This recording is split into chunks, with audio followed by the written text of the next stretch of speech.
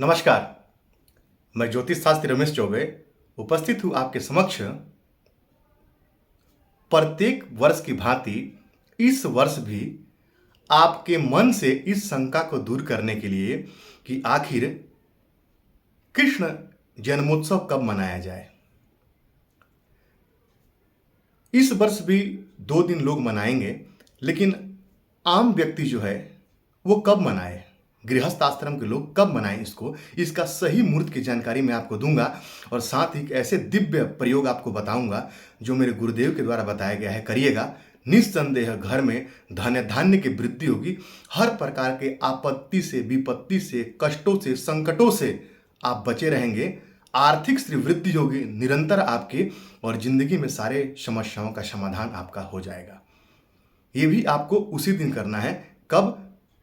तो कृष्ण जन्मोत्सव के दिन।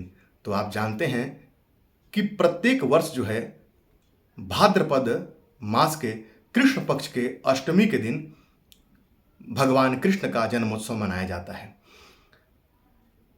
कृष्ण जन्मोत्सव एक ऐसा पर्व है या ऐसा त्योहार है जिसको कहिए, क्या कहूँ, शब्द नहीं है। इतना महान दिवस है ये कि यदि कोई व्यक्ति सारा दिन व्रत रखता है और कृष्ण भगवान की सविधि पूजन रात्रि को 12 बजे करता है, उसको कम से कम हजारों एकादशी करने का लाभ प्राप्त होता है, ऐसा बताया गया है।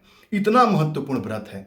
हो सके तो समस्त हिंदू धर्म के लोगों को इसका पालन करना चाहिए और बच्चों को भी बताना चाहिए कि इसका महत्व क्या है। और यदि बच्चे भी करें तो रोकना नहीं चाहना चाहिए, उनको बच्चों को रोकना नहीं चाहिए और उनको भी कहना चाहिए कि हाँ बेटा करो, हाँ बच्चे करो, इसका बहुत महत्व जीवन में है। तो आप भी करें और अपने बच्चों को भी अपने धर्म के प्रति प्रोत्साहित करें।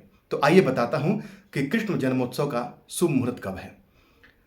तो हिंदू धर्म में या हमारे सनातन धर्म में जो है वो सूर्योदय की उद्याचल तिथि को हम मानते हैं। ऐसे तो 6 तारीख को शाम को ही अष्टमी लग जा रहा है, लगभग 4 बजे के करीब में, और वो अगले दिन शाम तक रहेगा। लेकिन यहाँ पे रोहिणी नक्षत्र में, क्योंकि भगवान कृष्ण का जन्म रोहिणी नक्षत्र में हुआ था, तो वो 6 तारीख को सुबह में जो है वो 9:20 AM से है और 7 तारीख को 10:25 AM पे समाप्त है। लेकिन उद्याचल तिथि हम लेंगे तो यहाँ पे हम 7 तारीख को ही भगवान कृष्ण का जन्मोत्सव मनाएंगे। 7 तारीख को सविधि भगवान कृष्ण का जन्मोत्सव मनाइए।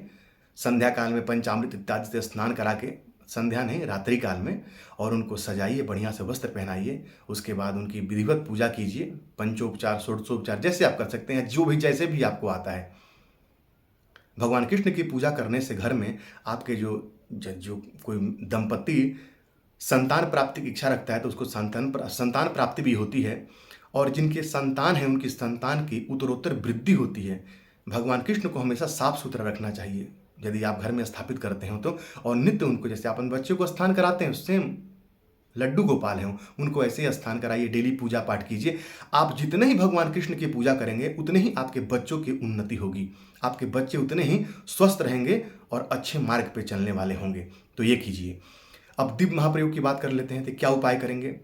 तो जब भगवान कृष्ण को आप संध्या रात्रि काल में जब पूजन करेंगे तो एक कोई भी छोटा सा एक कटोरी या पात्र ले लीजिएगा और उसमें ये 5 चीज खरीद के ले आइए। क्या लीजिएगा?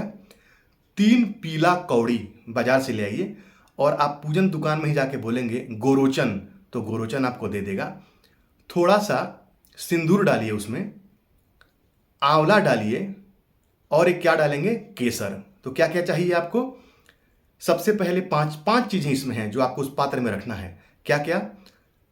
गोरोचन, 5 कौड़ी, पीली कौड़ी, 5 पीली कौड़ी, केसर, सिंदूर और आंवला। इन 5 चीजों को जो है कटोरी में रख के कृष्ण भगवान के सामने रख दीजिए और सुबह आप उसके पहले ही आप तैयारी कर लीजिए। बिल्कुल अपने, यदि फ्लैट में रहते हैं, चाहे आप कहीं भी रहते हैं, तो बिल्कुल अपने दरवाजे के बीचों बीच ऊपर में कील गाड़ लीजिए।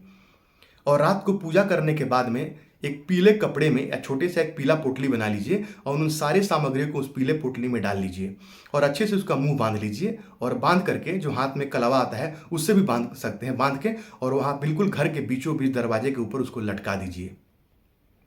लटकाने का मतलब चौकट से ऊपर भी रख सकते हैं उसको, जरूरी नहीं कि दरवाजे पे बिल्कुल आपके लटकता रहे, ऊपर बांध दीजिए, कहने का मतलब मेरा। या तो घर से निकलते वक्त दाहिने साइड में एक कील वहाँ पे गाड़ करके और वहाँ बांध लीजिए। तो फ्लैट में है तब भी और अपने घर में है तब भी बिल्कुल बीचों बीच या तो दाहिने साइड में बांधिए। इससे आपको जिंदगी में हर प्रकार के कष्टों से मुक्ति मिलेगी, धन धान्य में वृद्धि होगी, आपकी आर्थिक उन्नति उत्तरोत्तर होती जाएगी और देखिएगा सब प्रकार के कष्टों से आप मुक्त हो जाएंगे। उपाय करिएगा, फायदा जरूर होगा। बिल्कुल आजमाया हुआ उपाय है ये और करने से लाभ निस्संदेह होता है। तो कृष्ण भगवान का पूजन कीजिए और मेरे बताए हुए उपाय कीजिए, निस्संदेह आपको लाभ होगा और आपकी वृद्धि होगी। तो आपका दिन मंगलमय, इसी मंगल कामना के साथ आज के लिए इतना ही। नमस्कार।